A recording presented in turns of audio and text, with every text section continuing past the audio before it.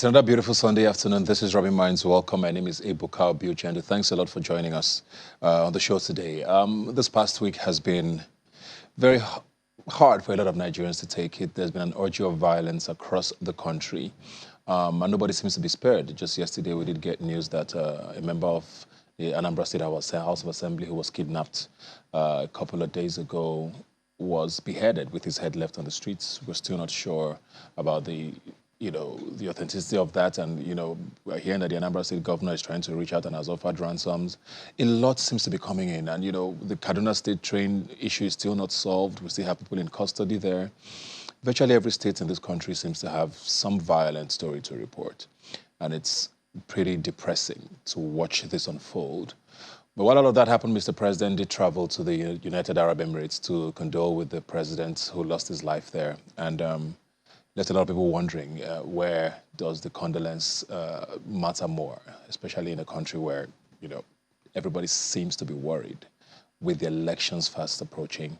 Unfortunately, elections in Nigeria tend to have violence tied to it. And as it draws closer, people are being very skeptical about how things are going to unfold. But we just want to offer our condolences to all the families who are going through tough times and hope everybody can, stay through this and it all ends up peacefully.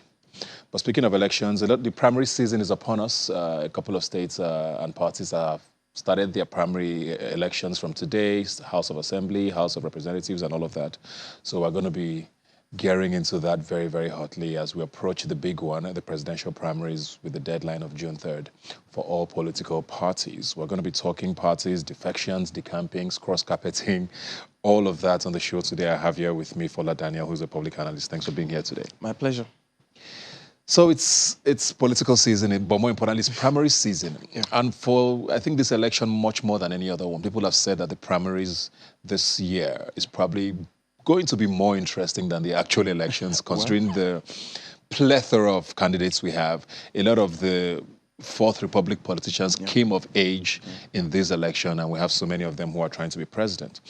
What are your thoughts on how things are unfolding so far, just on a general level? Are you optimistic when you look at the lineup?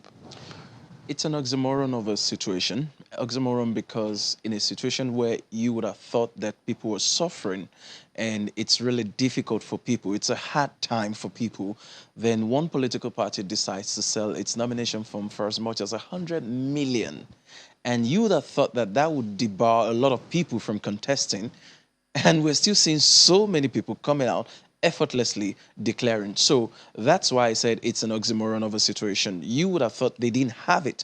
Then the other thing is that it's good for democracy when people have the platform and they can feel free to come out and say, I want to be a president, I want to be president. But the other question, which is more important, is why do they want to be president?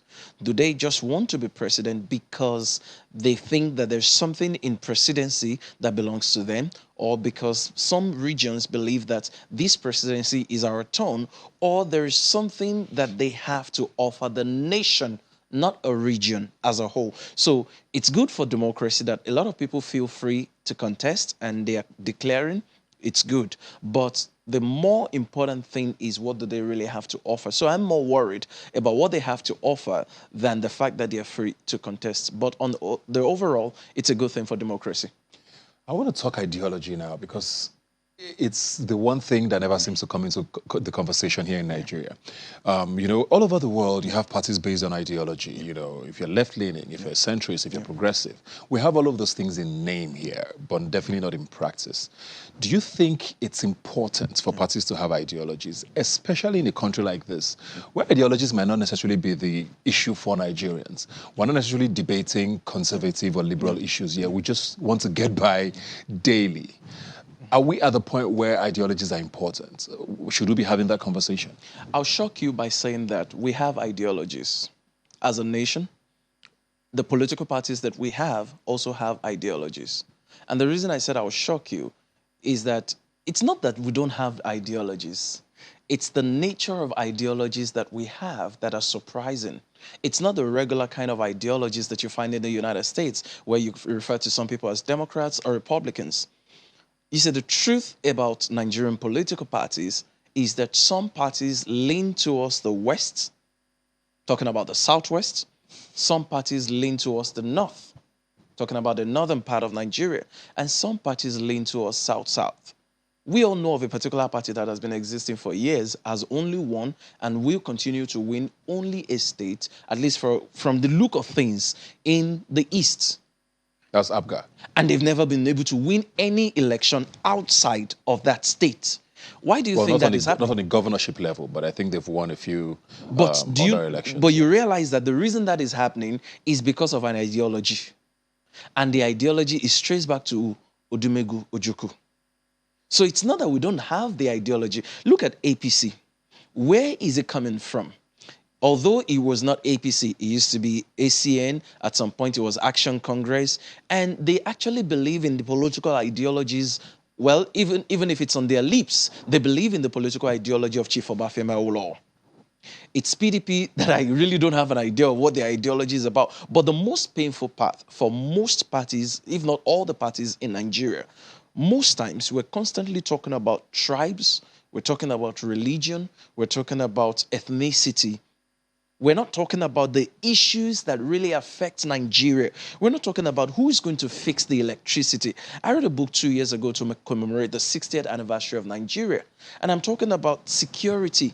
And this article that I actually wrote on security is as old as 10 years old. And the issues that were raised 10 years ago are just as though they were written yesterday. So we don't have parties that are saying, as far as nature is concerned, as far as our thought patterns are concerned, this is how we think. We're entrepreneurial in nature. For example, in America, when Democrats come into power, you know that there's likely not going to be any war. But when Republicans come into power, you know that there's a possibility of a war, and they're most likely going to sponsor it. So the problem really is that we're more centered on tribes and religion, which is why we're always talking about a Muslim ticket, a Muslim Christian ticket, or a Southern and a Northerner. So I want to just track back with what you said, because I want to be clear on what you mean by, the APC has an ideology and the PDP might not. You mentioned Obafemi Awolowo there, but this was a part of the APC, which was the ACN that came in. We had the CPC, we had a little bit of ABGA in there, and the NPDP, as they were called at the time. I mean, what was the ideology? They said they were progressive. And as they've governed, have you seen the APC being progressive, especially at the federal level, which is supposed to reflect the ideals of the party? I would just say a President Buhari, for example, is governing based on, like you said, Obafemi Awolowo's ideals. So again, let me be clear so that it doesn't look like I'm ascribing to them the credits that I don't think they deserve. They claim to share his ideology. And you check all their campaigns, most times when they're going on campaigns, you look at their dressing. Look at the caps that most politicians wear today. Where did it emanate from? It's simply because of Awolowo's dressing. Do you understand? So they try as much as possible to impress us on the grounds that this is what Chief Obafemi Awolowo represents, and that we align with that, we believe in it, but I don't see it in them. Now, if you talk about the ideologies of Chief Obafemi Awolowo and what he stood for, I believe that if they were going to represent that, then Nigerians would have free education. ASU will not be on strike. Anybody who knows Chief Obafemi Awolowo, the first thing you know is that he sponsored a lot of people, gave a lot of people free education. Even the people who were actively following him, the likes of Chief Bola Ige, gave a lot of people under him free education. And that was a time when our primary source of income was not even oil. We depended on cocoa and gave people quality education. We depended on cocoa and gave people better quality, not just quality education, better quality than you can get anywhere almost in Africa today. So they actually are claiming to share his ideology, but in reality and in principle, I have not seen it on ground. So is it fair then to say we have more, for want of a better word, sentimental parties than ideological parties? Maybe so, and maybe sycophants. Yeah. And I would say maybe sycophants because, when you appeal to me on the grounds of someone that I respect, I'm most likely going to be, open-hearted towards you. Just because, for example, I meet you for the first time and you mention someone's name. I say, oh, is that your dad? I know him. And then we start talking. You know that on that ground alone, you're going to let down your guard. Just because I mentioned someone that you know and I said a few things about him. So Nigerians respect certain people. in certain regions. And the moment we mention their names and say these are the people we align with, a lot of people just start following. So I really don't see an ideology in any of our parties in Nigeria, which is very sad. We have another guest who's joining us online, Indy Kato from Abuja. Thanks a lot for joining us, Indy. Sure, you've been following the conversation, but I want to get your perspective on this, because I always hear two sides to this argument. There are people who say, oh, talking especially about the two major parties, saying the PDP and the APC are one and the same, because we've seen a good number of the presidential candidates, for example, in the PDP now have gone and come back from the APC. We have the chairman of the APC right now who was once in the PDP. So there's a lot of that happening. So there's people who believe they are one and the same. But there's also people who are in these parties who will tell you, no, that they're actually different and try to point out things about internal democracy and all of that. What do you think about, both parties and their ideologies? I would say that APC is more socialist because every time, we've seen the progression of PDP government. Mostly we've seen the attempt at reducing government roles and then having the private sector get bigger and bigger. And then you've seen clearly what APC's ideology is. You're looking at a bigger government, smaller private sector, and difficulty in facing to that private sector. So I would say for me that is the major difference. You can say, oh, you have this is what you believe in, but this is exactly what you do. I heard him say something about Awolowo, Mimiko and the like. And this is the thing with the campaign thing back and forth, because Mimiko is a sponge Awolowo and you don't think. But the clear difference, very, very clear difference. Anytime PDP is in power also, from the 16 years, we saw more privatizations. We saw more of big business setting up. We saw more Nigerians getting into entrepreneurship. We saw for the first time sort of like a growing disinterest in government jobs, government anything, which is what used to be the order of the day for Nigerians. Wanted to be successful. I come from the middle belt of Nigeria. Kaduna State is known as North, the southern is also like that. And growing up, the only way to success, the only path to success for us was government. You had to take a job with government. For every guy you've lived in Abuja, you know what I'm talking about. But at some point in growing up, you began to see people depart from that. You no longer wanted to work with CBN, all of these places. That was the doing of a certain political party. Now we've come back to the point where it's so difficult for people to set up. It's so difficult for some of these things to happen. We're coming back to bigger government, smaller private sector. I don't know if this is something big. Sorry, Indy, we're having a bit of a problem with your audio. We're going to try and rectify that and come back to you so that we can have this conversation. But I think I got a bit of what she was saying there. I want to know if you agree with her points about, the APC, for example, being more socialist leaning and the PDP being more about, open government or bigger, more business oriented. Again, that's why I said,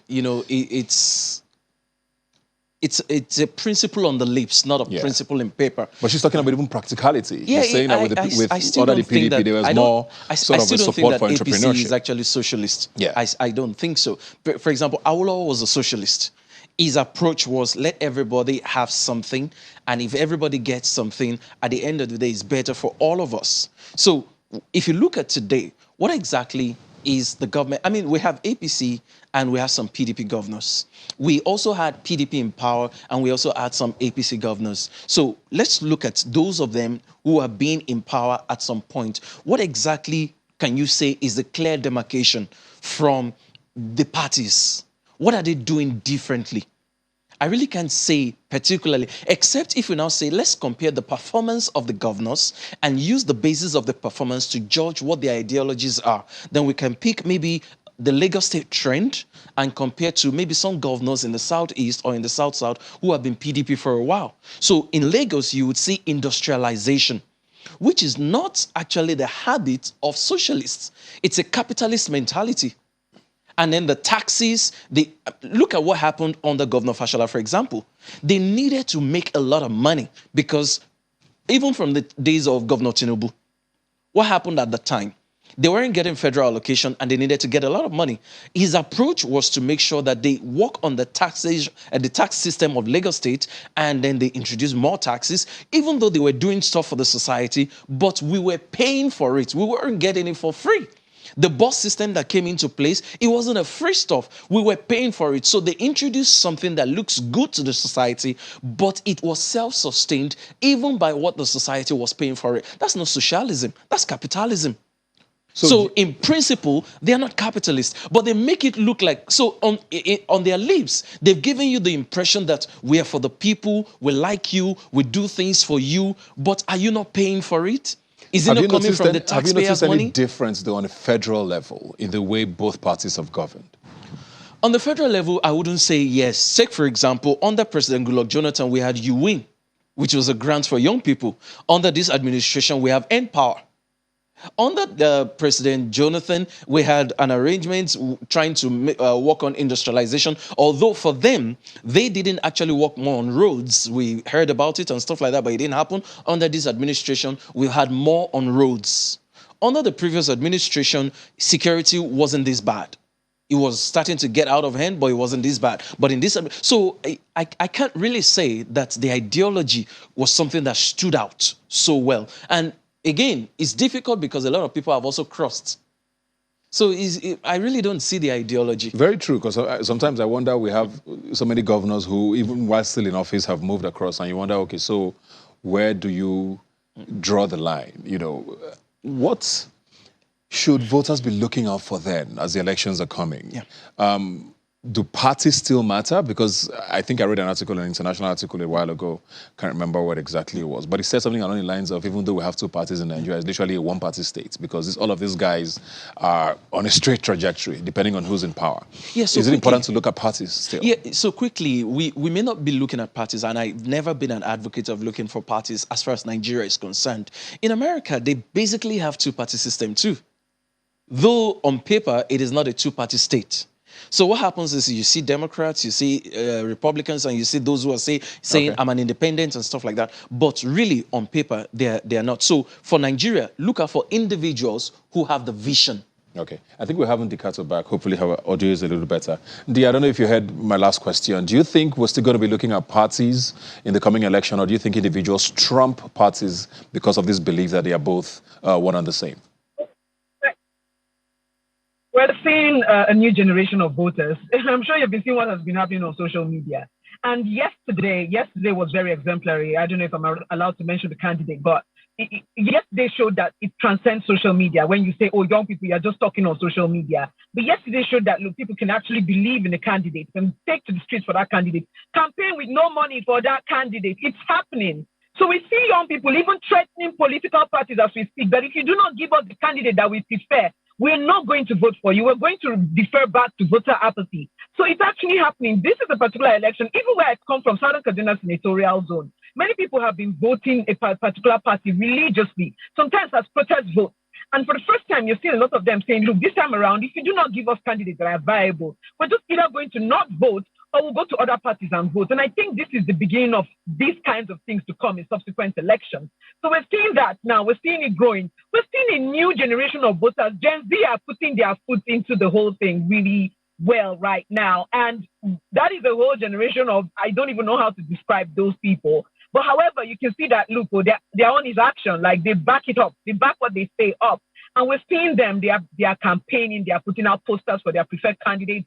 They are saying repeatedly that, look, the party this candidate is running under is not our cup of tea. But if this candidate gets the ticket under this party, the party becomes our cup of tea. So we're seeing that happening.